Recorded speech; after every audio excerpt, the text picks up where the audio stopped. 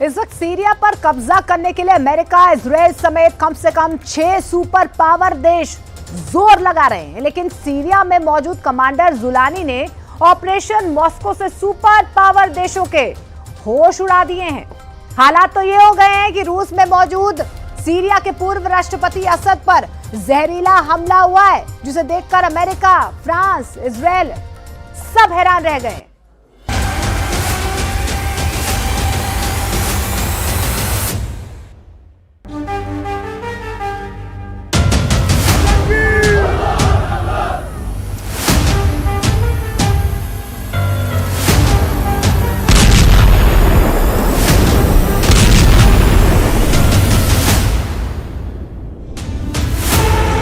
Operation Moscow, Jolani का जहर, मर रहे असद।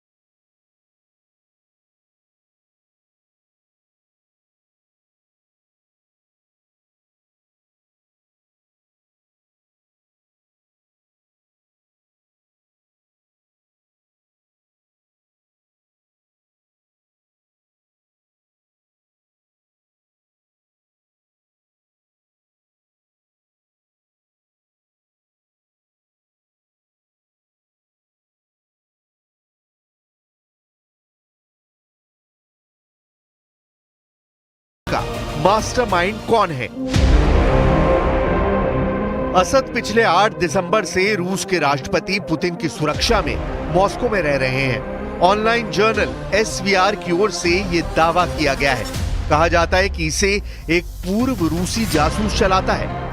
SVR के मुताबिक असद 26 दिसंबर 2024 को बुरी तरह बीमार हो गए थे। रिपोर्ट के अनुसार जांच में पता चला कि उनके शरीर में जहर था। इसी आधार पर यह आशंका व्यक्त की गई है कि उन्हें जहर देकर मारने की कोशिश की गई है। मॉस्को स्थित आवास में ही पूर्व राष्ट्रपति का इलाज किया जा रहा है। रूस की ओर से अभी तक इस पर कोई प्रतिक्रिया नहीं दी गई है।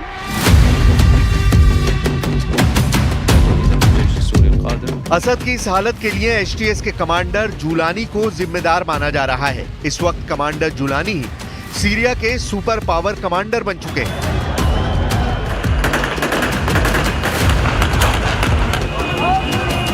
सीरिया में इस वक्त जितने भी विद्रोही गुट हैं, उसमें सबसे ताकतवर विद्रोही ग्रुप हयात तहरीर अल शाम यानी HTS है। HTS ने पूरे सीरिया में चुन चुनकर अपने दुश्मनों को मारना शुरू कर दिया है।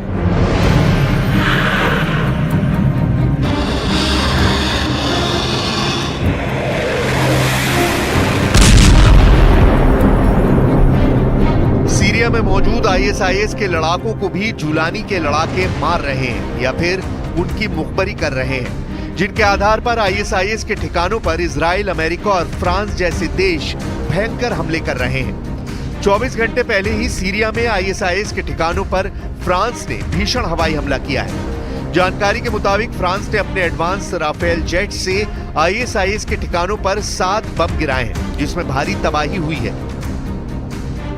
सीरिया के कमांडर जुलानी अपनी इमेज तेजी से बदल रहे हैं। वो विद्रोही गुट के कमांडर से ज्यादा सीरिया के अगले राष्ट्रपति बनने की तरफ तेजी से बढ़ रहे हैं।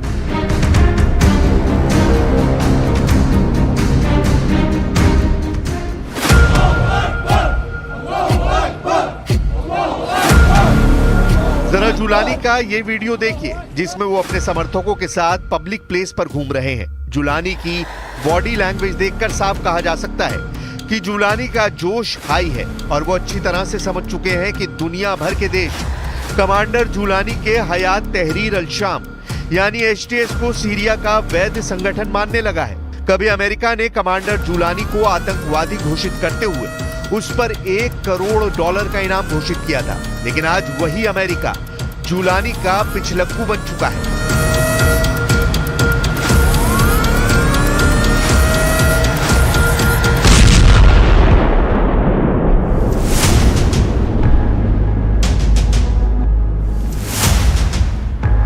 जिसका नतीजा है कि सीरिया की सड़कों पर हयात तहरीर अल शाम यानी एचटीएस के लड़ाके परेड करते हुए दिख रहे हैं। हयात तहरीर अल शाम के लड़ाकों ने सीरिया की राजधानी दमिश्क में अपनी ताकत दिखाकर रूस और ईरान को चौंका दिया है। दमिश्क के अब्बासियान चौक पर भारी मशीन गनों से लैस वाहनों को लेकर जुलानी के लड़ाकों ने पूरे दमिश्क में परेड की है और इसी तरह के परेड सीरिया का कोई दूसरा विद्रोही गुट या फिर आईएसआईएस के लड़ाके करते तो उन पर बमों की बरसात हो जाती, लेकिन जुलानी ने मौके की नजाकत को फांपकर दुश्मनों को भी दोस्त बना लिया है।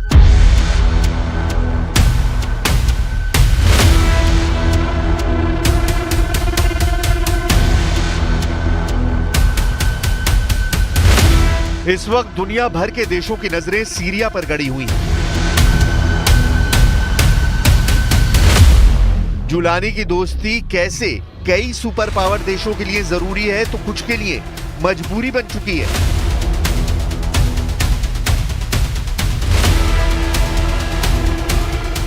जरा इस एनिमेशन को देखिए और समझिए कैसे सीरिया का कमांडर जुलानी सुपर पावर देशों के लिए सुपर कमांडर बन चुका है। अमेरिका, यूक्रेन, तुर्की, इराक और लीबिया के लिए सीरिया के विद्रोही गुट के नेता कमांडर जुलानी से दोस्ती बेहद जरूरी हो गई है। अगर जुलानी को सीरिया से खदेड़ा गया तो अमेरिका से लेकर तुर्की तक जंग का अखाड़ा खुल जाएगा। हैरानी की बात तो यह है कि असद के तख्ता पलट से बेहद नाराज रूस और ईरान तक जुलानी से मजबूरी वाली दोस्ती करने को मजबूर हो गए हैं। यानी इस वक्त दुनिया का पावर सेंटर बन चुके सीरिया में हयात तहरीर अल शाम यानी एचटीएस के कमांडर जुलानी हर किसी के लिए जरूरी बन गए हैं।